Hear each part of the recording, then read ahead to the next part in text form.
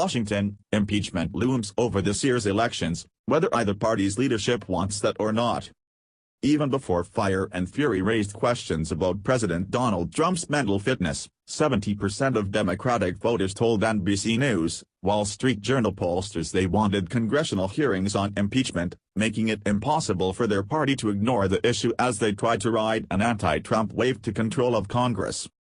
Winning a majority in the House would theoretically give Democrats the power to impeach the president, which some liberal lawmakers have already predicted will happen, while it would take two-thirds of the Senate to vote convict and remove Trump from office. But Democratic leaders in the House and Senate say impeachment is the last thing they want to talk about in this election cycle, and many party insiders feel campaigning on the issue could backfire.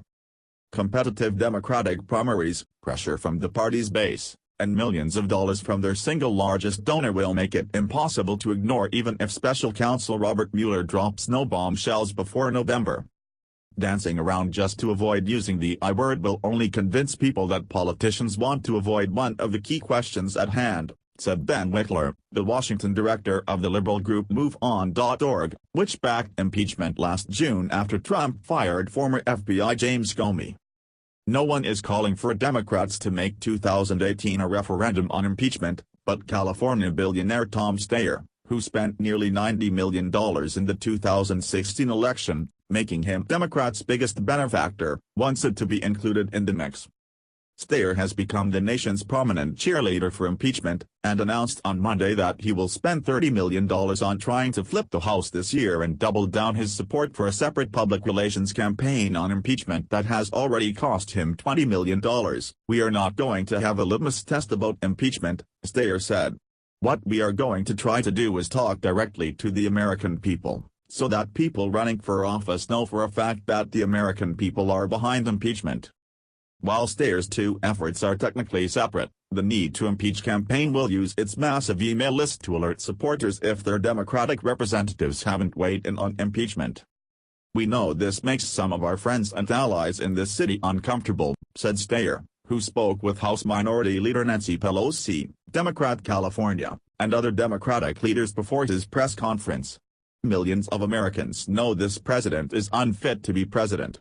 They need to know that a Democratic Congress would do what is morally and urgently necessary.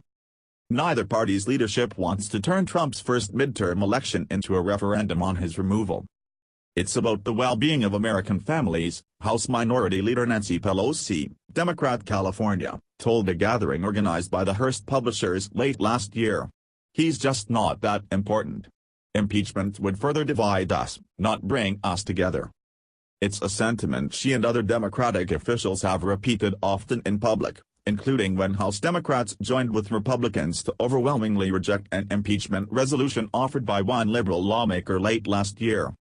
I don't think that impeachment is something we should be talking about, Senator Joe Manchin, D.W. Virginia, who is up for re-election this year in a state Trump won by 40 percentage points, said on NBC's Meet the Press in December. The downside of Democrats' candidate boom this year is a slew of crowded primaries in key swing districts. And while impeachment may be good politics in a primary, it may be a liability in a general election, since Republicans already plan to paint their opponents as obstructionists more interested in opposing the president than governing. There are so many instances where these candidates are cannibalizing each other to get to the leftmost position. Alex Smith, the executive director of America Rising, a Republican opposition research and rapid response group. There's going to be a lot of money spent in these primaries and the candidates are going to get the positions on extreme left that they're going to have to answer for in the general election. Still, Republicans eyeing Trump's middling approval ratings may not be spoiling for this particular fight. We always encourage our candidates to focus on the issues that their constituents actually care about, said National Republican Congressional Committee spokesperson Jesse Hunt. More money in people's paychecks as a result of tax reform and Democrats' universal opposition to said reform is a perfect example.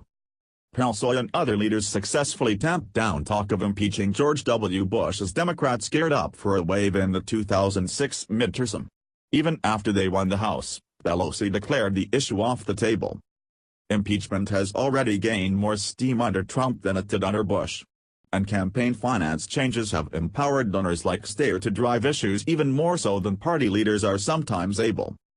And behind the scenes on Capitol Hill, the elevation of Representative Gerald Nadler, DNY, to Democrats' top spot on the House Judiciary Committee was widely seen as laying the groundwork for a potential future impeachment push, given that he's a constitutional law expert.